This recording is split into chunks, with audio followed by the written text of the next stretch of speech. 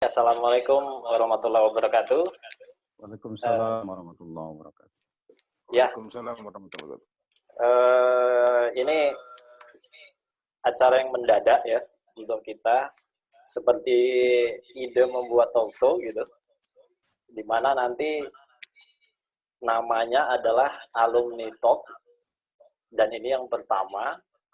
Jadi nanti kita akan memberikan atau memberi kesempatan kepada abang-abang kita yang senior-senior sepuh, artinya yang sudah jauh di atas kita itu, untuk bisa berbagi pengalaman gitu ya, ataupun memberikan sesuatu hal yang nantinya bisa diambil pelajarannya oleh adik-adik, teman-teman ya, karena seperti kata Soekarno, jas merah gitu, jangan sampai melupakan sejarah.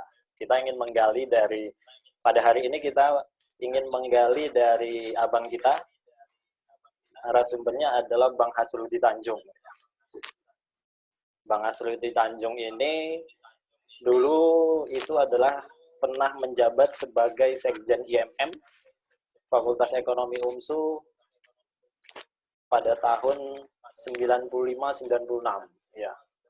Jadi sudah cukup tua. Saya masih, kalau 95-96 itu saya baru mau masuk SD itu. Ya, jadi Bang Hasrudi sudah jadi Sekjen IMM di Fakultas Ekonomi UMSU. Sekarang Bang Hasrudi ini Wakil Dekan 3, Wakil Dekan Kemahasiswaan Fakultas Ekonomi Bisnis UMSU, ya. Juga di PDM Muhammadiyah itu sebagai Ketua Majelis Ekonomi ya. Bang Hasrudi itu S1-nya di Manajemen UMSU ya. Di Manajemen UMSU, S2-nya di Manajemen USU, Universitas Sumatera Utara. Dan S3-nya itu di Ilmu Manajemen Brawijaya, Malang ya. Jadi Bang Hasrudi ini waktu saya kuliah memang jarang ketemu karena saya itu angkatan 2008 dan 2012 itu selesai. Dan Bang Hasrudi itu kalau nggak salah itu baru selesai 2012 S3-nya lagi. Jadi waktu saya kuliah benar. Bang Hasrudi itu lagi betul. sekolah S3 ya Bang ya? Iya, betul. Ya. Jadi pernah juga ketemu itu waktu di Malang, di Universitas Muhammadiyah Malang dengan Arif waktu studi banding itu, melaksanakan studi banding. Arif iya, betul. Ada Pak Laspan juga ya. Jadi ya Pak Jelaspan Titi ya. Ya Bang Jelaspan waktu itu masih jadi dekan, dan Bang Hasrudi itu main ke tempat kita atau tempat anak IMM Ekonomi itu studi banding ke Malang, Universitas Muhammadiyah Malang.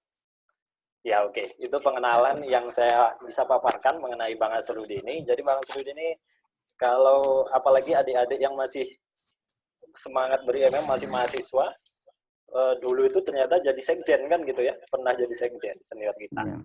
Oke.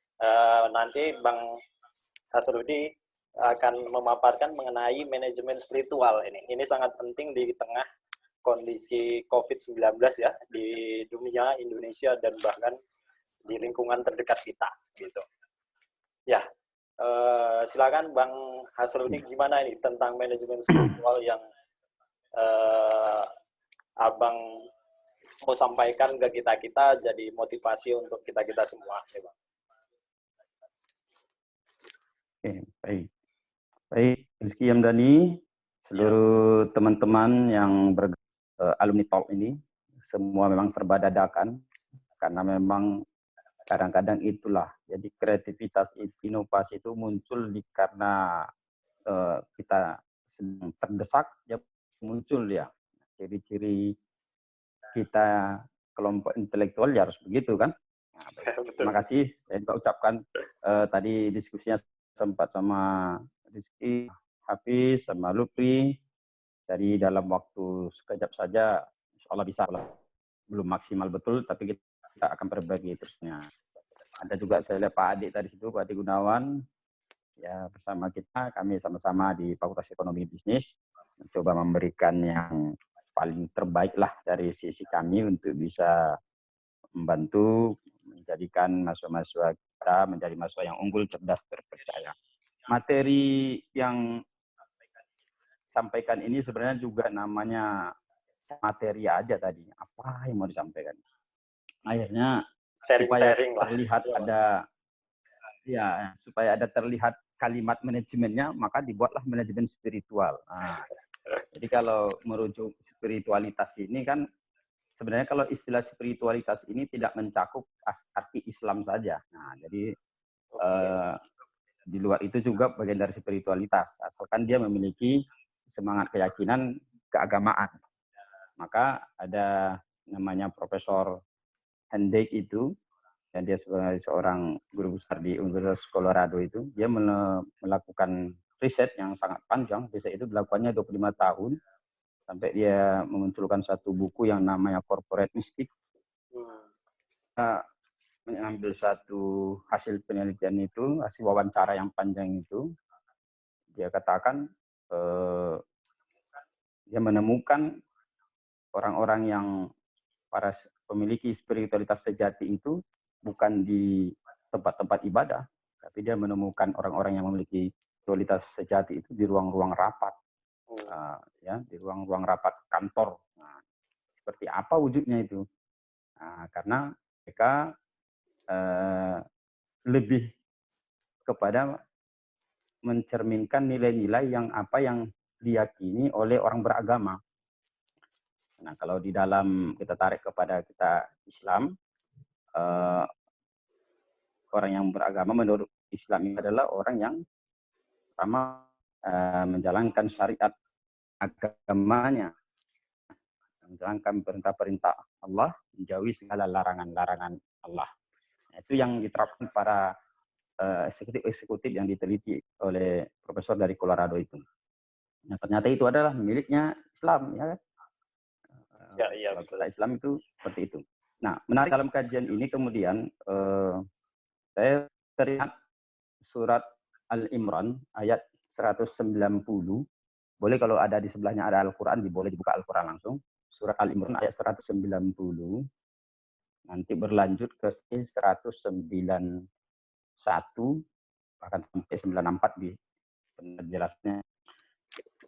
Saya baca itu, A'udzubillahi minasyaitonir rajim, inna fi khalqis samawati wal ardh wa ikhtilafil laili wan nahari la ayatil liulil albab.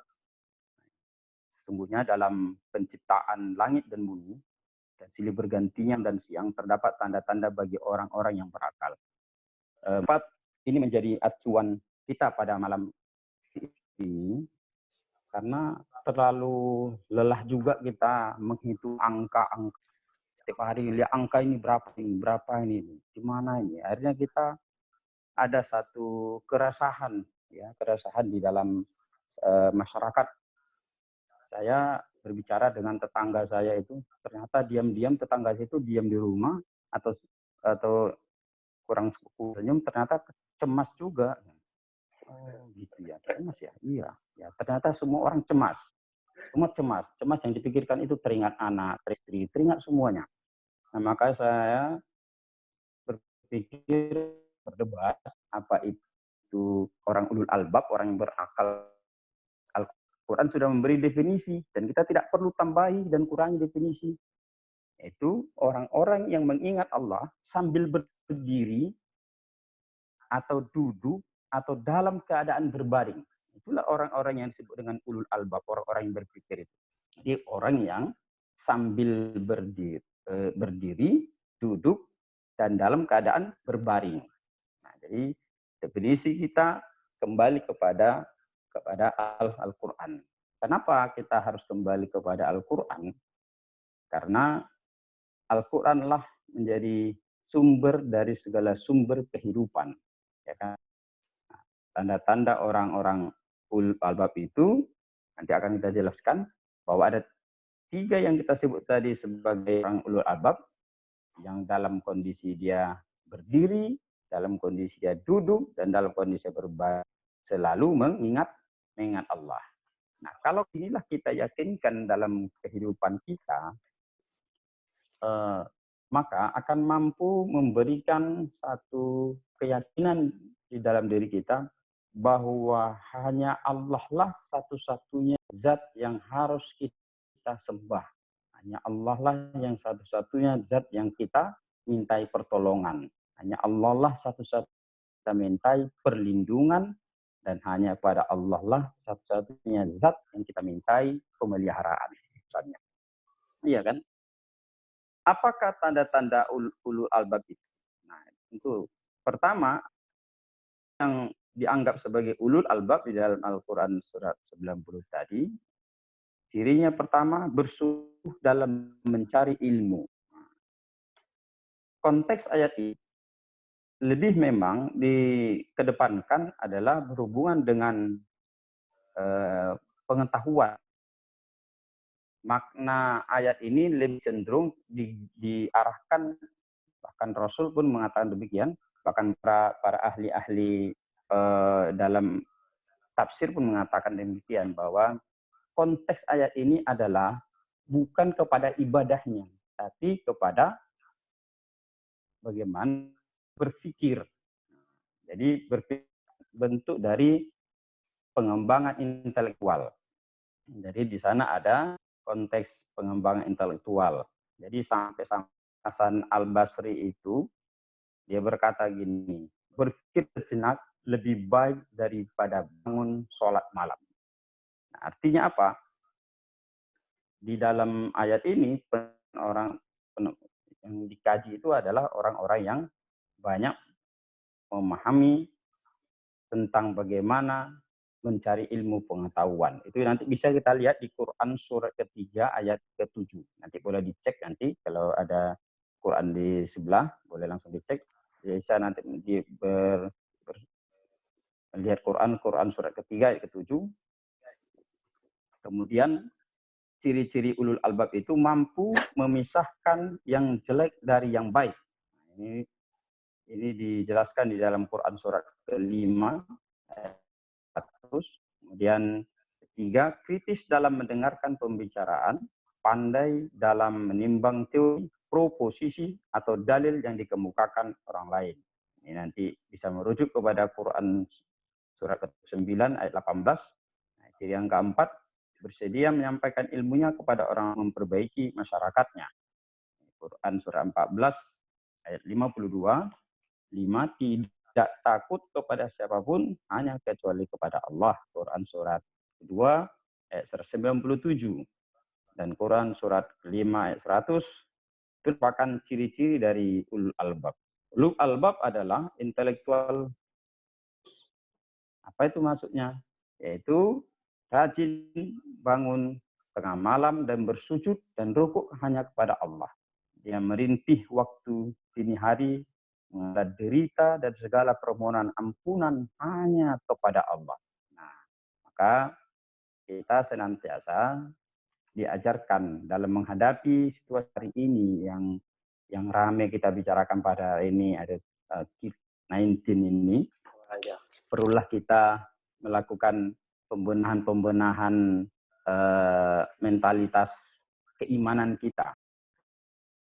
Makanya itu ada doanya yang kita panjatkan sebenarnya kalau untuk membantu menenangkan hati kita. Kalau dulu ketika Rasulullah itu hijrah dari Mekah ke Madinah, di dalam gua itu Abu Bakar tuh ketakutan sekali kan, ya kan, sampai Rasulullah itu mengingatkan jangan takut, Allah bersama kita, ya kan, wala tahzan, ya. Jadi jangan takut ya Abu Bakar, Allah lagi bersama kita. Kemudian ada doa yang bisa membantu kita di dalam menjalani kehidupan di masa yang sangat-sangat rumit ini, ya. Itu dalam keseharian kita, di dalam sholat kita, baik pagi, siang, sore, dan malam, kita bisa berdoa, Allahumma inni a'udzubika minka, ya Allah, aku ini berlindung kepadamu dari kejahatan daripadamu. Karena sesungguhnya kejahatan maupun kebaikan itu datang dari Allah, karena Allah pemilik. Kejahatan kemudian itu makhluk. Segala makhluk itu milik Allah, nah, atas izin dan ridho Allah, ya kan? Nah, jadi segala apapun yang ada di alam semesta ini adalah makhluk yang semuanya bergerak, Semuanya terjadi semata-mata hanya karena izin dan ridho Allah. Jadi kita berdoa. Kemudian kita Allahumma inni a'udzubika min syarri ma khalaqta. Berlindung kepadamu ya Allah dari kejahatan. Ini terminologinya terminologi intelektual begini ya. Jadi apakah memang ada kejahatan yang diciptakan Allah? Ya, semua berasal dari Allah.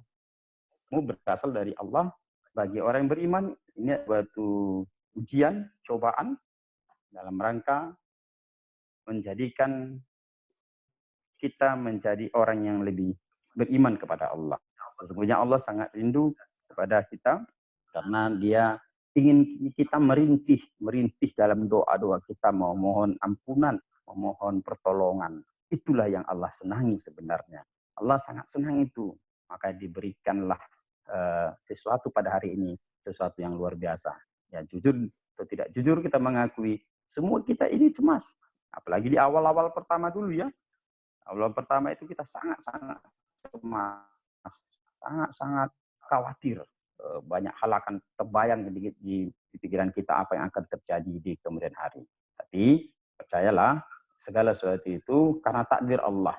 Maka ketika Umar dulu pergi ke suatu daerah di Syam ya, dia dihadang oleh sahabat supaya dia ikut ke dalam daerah yang terkena wabah. Apakah kata sahabat tersebut kepada Umar, apakah kamu ingin menghindari takdir? Kata Umar, aku pergi itu juga untuk menjemput takdir. Saya datang ke sini adalah dalam rangka menjemput takdir. Saya menghindar pun dari daerah ini balik ke Madinah itu dalam rangka menjemput takdir. Nah, itu begitu. Jadi ada dialog yang bisa jadi kita jadikan sebagai pijakan bagi kita seperti apa. Nah, itu tentang penekanan di dalam surah Al-Quran ayat 190 ini, kemudian dijelaskan di ayat 192. Jadi tentunya penjelasan-penjelasan singkat ini bisa memberi hiburan bagi kita dalam rangka membuat keyakinan di dalam diri kita bahwa sesungguhnya itu percayalah semua datang dan atas izin Allah Subhanahu wa taala. Ya kan? Kita dibaca di dalam surah Al-Qur'an itu ada ayat-ayat pendek itu. Ada kita senantiasa disuruh bertobat gitu. Maka kalau dalam sholat ada ayat pendek yang bisa kita gunakan. Saya ada membaca surat ayat pendek itu An-Nasyr ya. Jadi artinya itu sangat luar biasa ternyata. Idza jaa nasrullahi wal fath. Apabila telah datang pertolongan Allah dan kemenangan. Nah itu ya. Wa ra'aitanna sayadkhuluna fi dinillahi afwaja, dan engkau melihat manusia berbondong-bondong masuk agama Allah. Nah itu. Fasabbih bihamdi rabbika wastaghfirhu innahu kana tawwaba. Di ayat ketiga itu Allah mengunci, maka bertasbihlah dengan memuji Tuhanmu dan mohonlah ampunan kepadanya. Sungguh dia maha penerima taubat. Artinya apa? Segala sesuatu yang terjadi di bumi ini adalah atas kehendak Allah. Dan Allah meminta kita supaya kita bertobat. Itulah inti dari satu peristiwa Allah berikan. Jadi rujukan kita adalah kepada rujukan Al-Quran, surah Al-Imran 190 dan 191. Oke. Saya pikir itu dulu yang sampaikan, sampai kita diskusi lagi nanti kita akan bercerita lagi. Ya. Oke, Bang. Oke, terima kasih Bang Dr. Hasrudi, mantan Sekjen 9596 ya, atas kuliah ataupun pemaparan alumni talk-nya edisi pertama ya. Insya Allah besok kita akan masuk edisi kedua tentang konsep harta dalam Islam. Itu pemaparnya ada Bang Irfan PhD ya. Silakan teman-teman, abang-abang, kakak-kakak, kawan yang lain juga bisa gabung ya. Oke, yang ini saya tutup dulu, nanti kita bisa ngobrol lepas di sesi kedua. Terima kasih semua. Assalamualaikum warahmatullahi wabarakatuh.